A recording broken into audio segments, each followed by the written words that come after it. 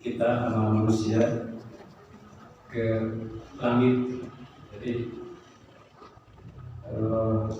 digambarkan bahwa perbuatan kita itu akan dikirimkan ke langit.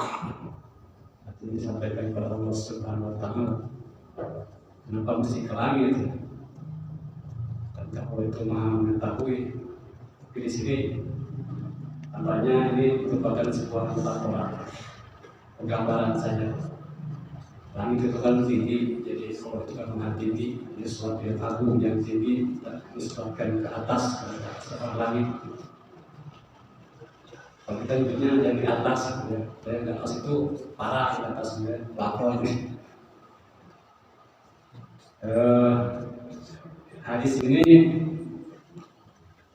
sebagian ulama mengkategorikannya hadis dhaif, bahkan ada juga yang hadis maudhu'.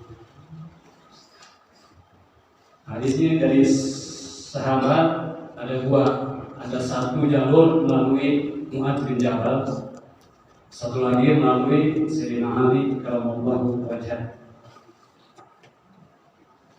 Dua-duanya isinya sama persis, hanya beda redaksinya saja sedikit. Pertama mungkin perlu saya sampaikan bahwa kenapa para ulama menilai hadis itu kadang-kadang tidak sepakat. Dan sebagian ulama menilai suatu hadis itu sahih, ulama yang lain menilainya dhaif. Itu karena penilaian terhadap hadis itu sifatnya ijtihad. Para ahli hadis itu meneliti sanad hadis, artinya rangkaian para perawi hadis, para penyampai hadis, dari mulai mukharij, jadi yang meneliti hadis itu namanya mukharij, yang melakukan tahrij. Orang-orang yang mukharij itu, yang melakukan tahrij itu seperti Imam Al-Bukhari, Imam An-Nasai, Imam Muslim, Abu Dawud, Ibnu Majah, dan sebagainya. Dalam mereka ada kitab Sahih, ada kitab Sunan, dan mereka ini meneliti hadis itu dari segi sanad, diterima dari siapa? Tentu saja dari guru seorang mukharij. Gurunya itu diterima dari gurunya lagi, dari gurunya lagi, guru terus ke atas sampai kepada sahabat. Lalu sahabat ada yang menerimanya langsung dari Nabi, ada yang tidak menyebutkan bahwa itu dari Nabi. Itu ada derajatnya masing-masing berbeda lagi. Ada yang mutasil, ada yang mursal hanya sampai sahabat saja, ada yang munqati hanya sampai tabi'in. Nah, penilaian terhadap sanad ini juga artinya orang-orang yang menyampaikan hadis itu juga berbeda-beda. Orang-orangnya itu diteliti dalam kitab rijal namanya. Jadi orang-orang yang meriwayatkan hadis, mulai dari sahabat Nabi, tabi'in, ulama itu yang sampai kepada Bukhari, Muslim atau yang lain. Nah, masalahnya menilai seseorang itu dalam rangkaian sanad itu kadang berbeda-beda. Yang dinilai itu kan sanad itu harus dilihat dari segi kuat hafalan. Apakah seorang itu hafalannya kuat atau tidak, itu menentukan kualitas hadis. Lalu dari segi adalahnya, adalah itu lebih ditekankan pada aspek moral, integritas moral, atau akhlaknya. Apakah akhlaknya akhlak yang mulia atau kurang mulia, gitu. Bahkan hal yang kecil saja itu bisa merusak adalah seseorang. Misalkan mempermainkan hewan, menjadikan makanan ke hewan, ketika hewan itu mendatangi, menghampiri, lalu ditarik, gitu ya. Jadi penilaian hewan itu dianggap sebagai cacat. Jadi perbuatan semacam itu yang menodai adalah kehadiran seorang perawi hadis. Lalu dilihat juga dari segi apakah rajin salat berjamaah atau tidak. Kalau kita ini tampaknya tidak akan cocok jadi ahli hadis, karena ya susah kita harus berjamaah setiap waktu ya. Kalau banter ya maghrib gitu ya, isya atau subuh, kalau di asar ya. Dan mungkin lebih banyak munfarid. Kemudian dari penilaian terhadap hadis, terhadap perawi hadis itu bisa berbeda-beda. Dan kadang-kadang juga ada perawi yang namanya sama. Kalau orang Arab itu kan namanya bisa pakai bin. Jadi namanya hanya satu kata, tapi jadi 3 kata karena pakai bin. Misalnya Zaid bin Umar. Nah, itu dalam paspor itu kalau naik haji harus pakai nama itu 3 huruf. Karena di Arab itu biasanya pakai 3 kata. Asep bin Ujang. Jadi orang Arab itu sama seperti orang Sunda. Itu kalau nama itu enggak yang aneh-aneh gitu. Jadi nama-nama itu yang tipe aja biasanya. Ahmad, Umar, Zaid, Makmar gitu ya, Ibrahim. Sehingga kadang-kadang ada perawi hadis yang namanya sama, nama bapaknya juga sama. Jadi misalnya Umar bin Zaid, ada Umar bin Zaid orang Cileunyi, ada orang Cicahem. Dua-duanya ahli hadis, tapi kedua orang ini kadang-kadang berbeda dari segi kualitas kedobitannya, sehingga hadis yang mereka riwayatkan itu kualitasnya bisa berbeda. Nah kadang-kadang terjadi seperti itu, sehingga kadang-kadang juga para ulama menentukan atau menilai hadis itu berbeda-beda. Jadi hadis yang misalkan hadis ini dinilai sahih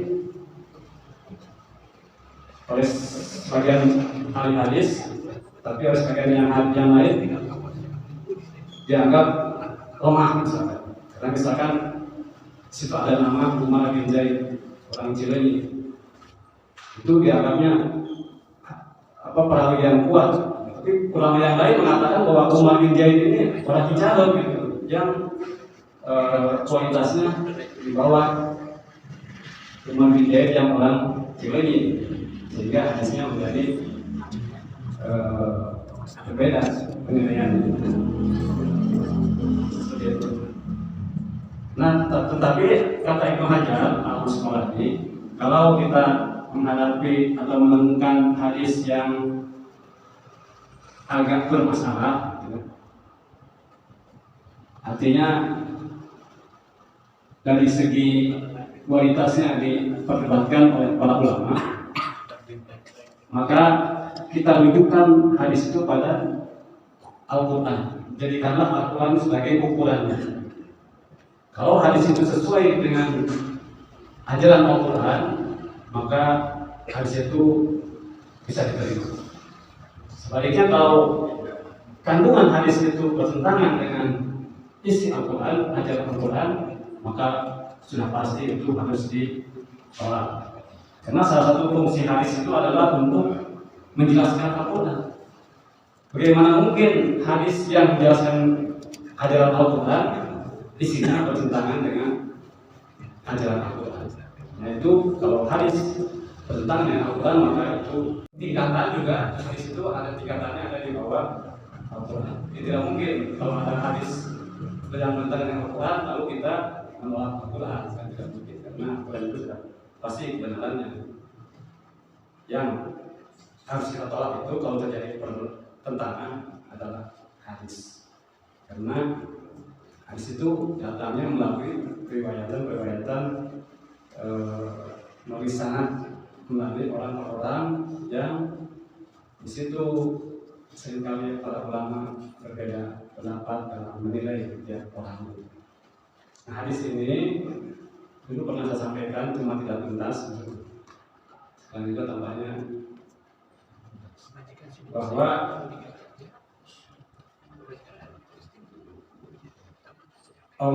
Rasulullah SAW bersabda baik hadis melalui Mu'adz bin Jabal maupun melalui hadis dari Sayyidina Ali bahwa sebelum Allah menciptakan langit dan bumi, Allah menciptakan 7 malaikat. Lalu Allah mengangkat setiap malaikat itu untuk menjadi penjaga pintu langit.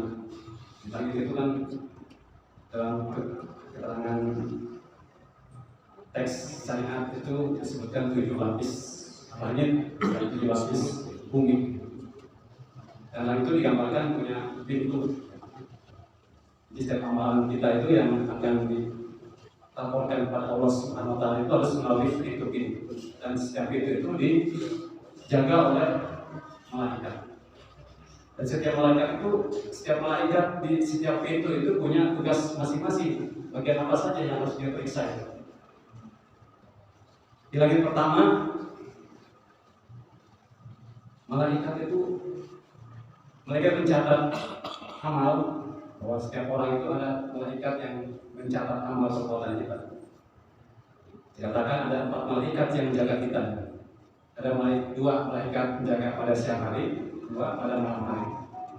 Masing-masing mencatat amal perbuatan baik dan amal perbuatan buruk kita.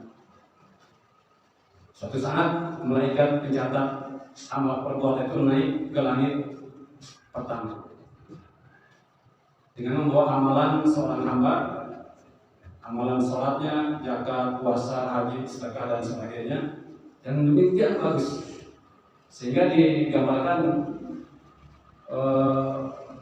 bercahaya seperti cahaya matahari. Begitu bagusnya amalan ini. Dibawa oleh malaikat penjaga pencatat itu sampai ke pintu langit pertama.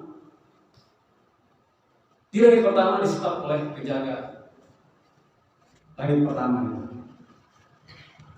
Kifu, berhentilah kalian. Amal siapa yang kalian bawa? Aku bawa amal si Anu yang demikian bagus hingga percaya seperti cahaya matahari.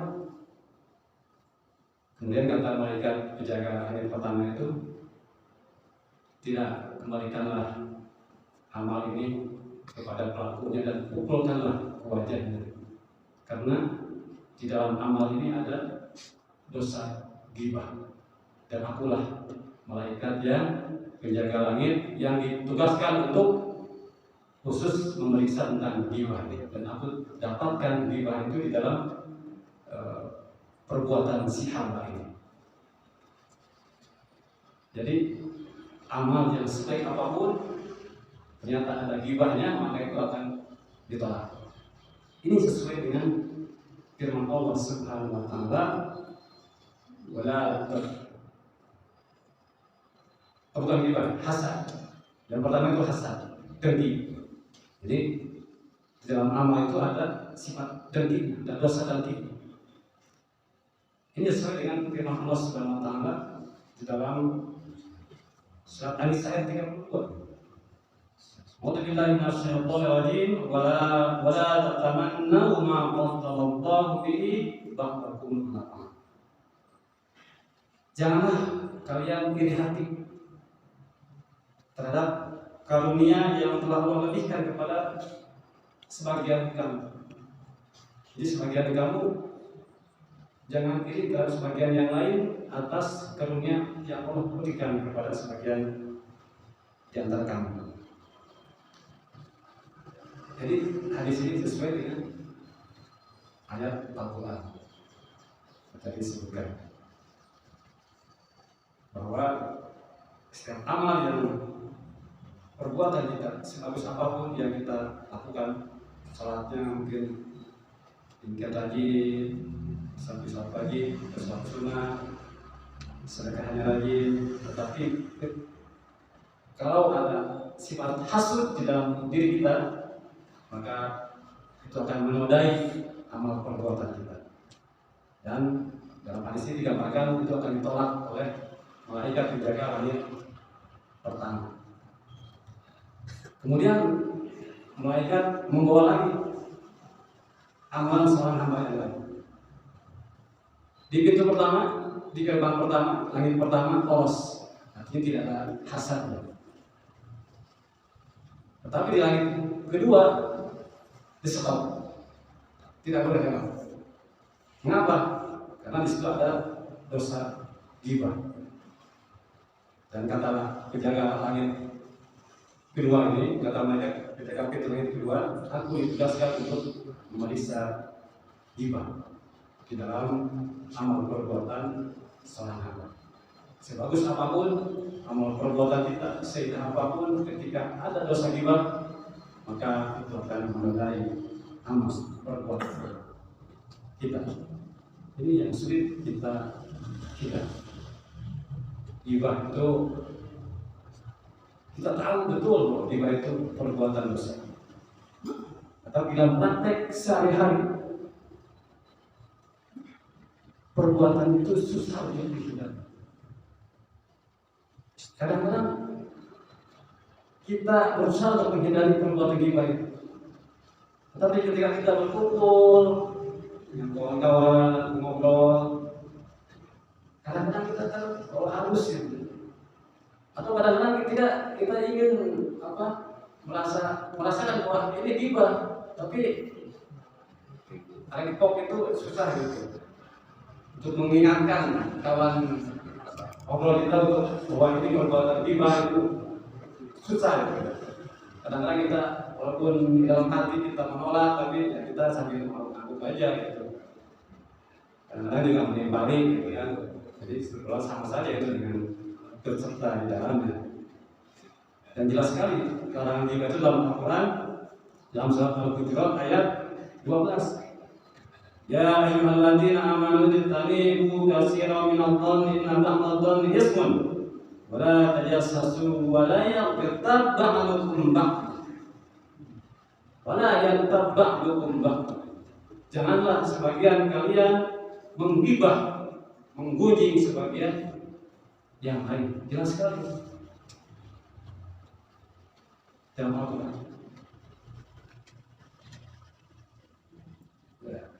Namun seringkali mudah Allah memaafkan kita, dan mudah juga Allah memberikan taufik kepada kita, memberikan kekuatan kepada kita untuk menghindari dosa-dosa, maksudnya adalah dosa ghibah.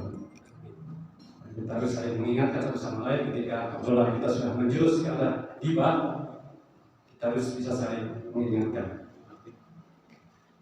Objek ghibah itu bisa macam-macam. Kadang-kadang pemerintah kita ghibah, tidak punya dosa apa-apa terhadap kita ya, hanya karena kita dengar dari orang lain opini semacam begini, lalu kita ikut ikut komen gitu ya. Padahal yang bersangkutannya tidak ada kaitan langsung dengan kita kan? Atau seorang citrakan demikian buruk ya. Kita ikut nimbrung, ikut komentar, tapi komentar yang buruk ya tentang dia, atau menyebarkan aib-aibnya sehingga menjadi viral gitu kan. Itu sudah lebih dari ghibah, itu sudah jadi kalau tidak benar itu jadi fitnah kan. Nah,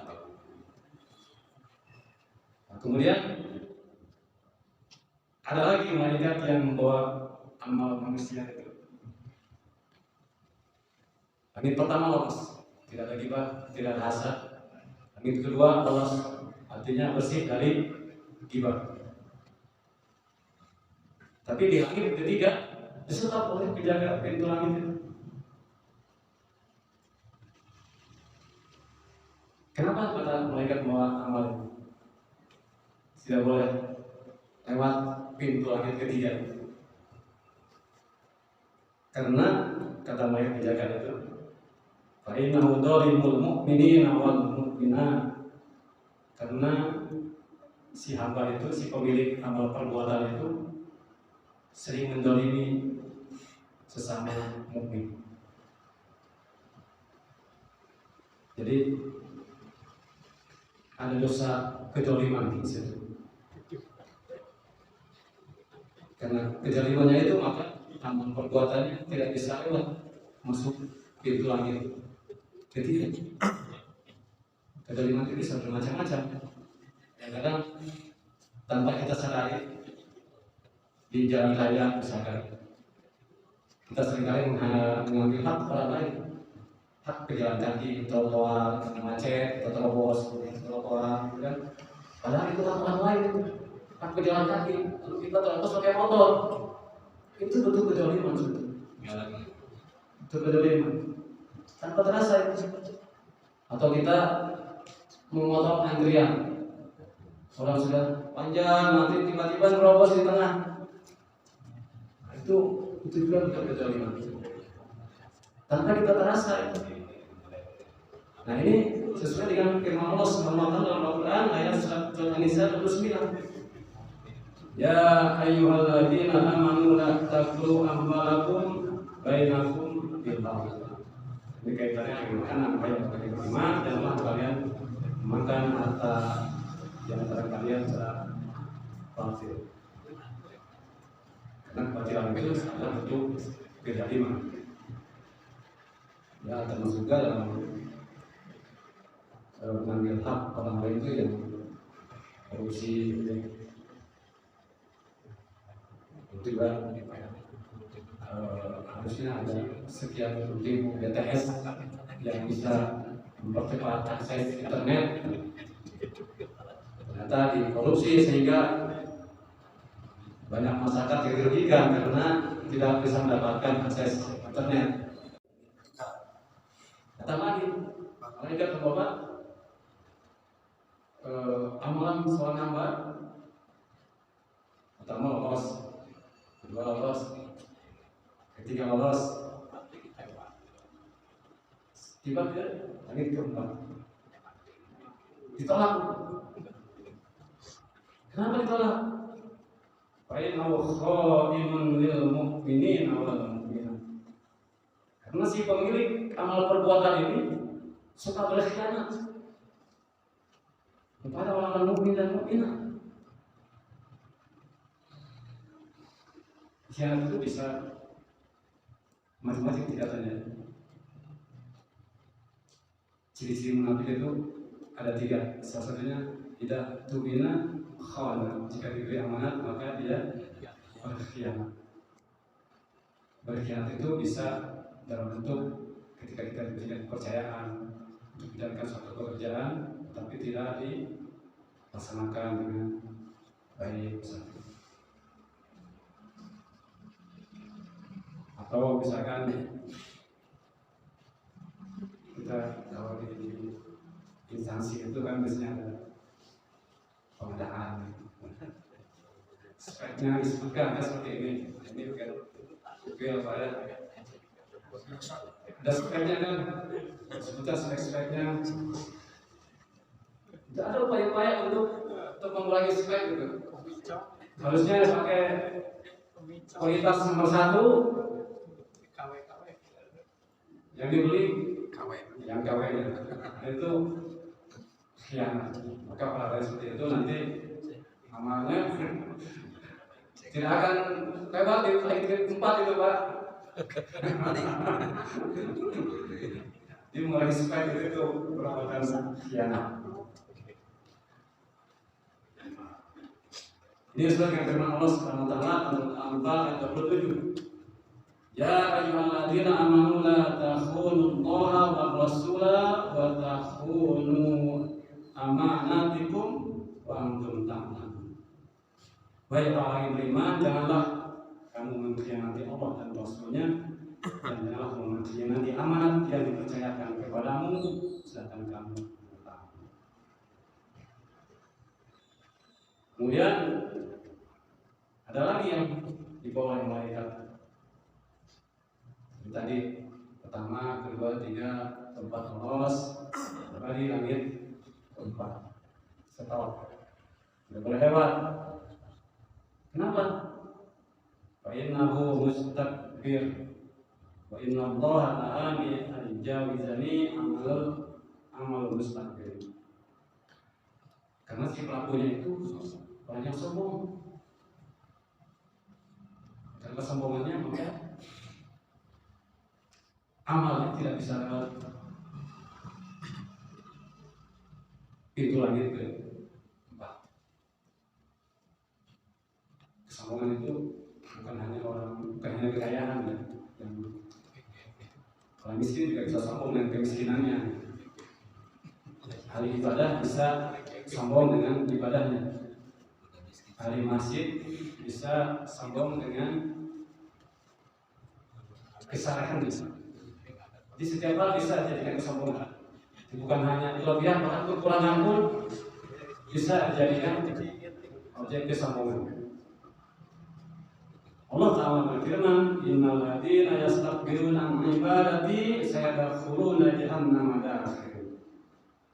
Sesungguhnya orang-orang yang sombong tidak mau menyembahku akan masuk neraka jahanam dan keadaan hina. Kemudian tadi kelima tadi. Nah sekarang di langit ke-6. Langit ke-6 hamba harus malaikat membawa hamba masalahnya, puasanya, zakatnya, sedekahnya, hajinya. Tapi di langit ke-6 ya, ke-6 di stop. Tidak boleh lewat. Kenapa? Karena si hamba itu dia melakukan ibadahnya karena dia jadi ingin dipuji, pujian. Selalu ibadahnya itu ingin dipuji. Jelas sekali kan dia itu perbuatan syirik khafi. Syirik khafi. Syirik yang tidak terasa. Harusnya ibadah itu kita tujukan kepada Allah, ini ditujukan kepada sesama manusia karena ingin dipuji oleh sesama manusia. Allah Ta'ala berfirman, "Yura'una an-nasa wa la yadhkuruna Allah illa qalila." Mereka bermaksud dia ingin dipuji di hadapan manusia dan mereka tidak mengingat Allah kecuali sedikit sekali. Firman Allah dalam surat An-Nisa ayat 140. Kemudian ada lagi yang lolos ayat 1 sampai 6, ayat ke-7 dihentikan oleh malaikat penjaga. Kenapa? Karena amalan itu bercampur dengan dosa-dosa besar. Karena mu'asim amilun bil kabair. Karena pelakunya itu seorang yang suka berbuat maksiat dan melakukan dosa-dosa besar. Kadang-kadang ada orang yang sholatnya rajin, tetapi maksiat juga rajin. Jadi segala hayu, sholat hayu, maksiat hayu. Sholatnya tidak bisa mencegah dirinya dari perbuatan maksiat. Ada orang seperti itu. Katanya sholat tapi Anda korupsi. Ada orang yang sholat tapi tetap saja bohong dan sebagainya. Allah Ta'ala berfirman, Am hasibal ladina jadtalahus sayyati an naj'alahum kalladina amanu wa amilus shalihat sawa'an mahyahum wa mamatuhum sa'a ma yahkumun.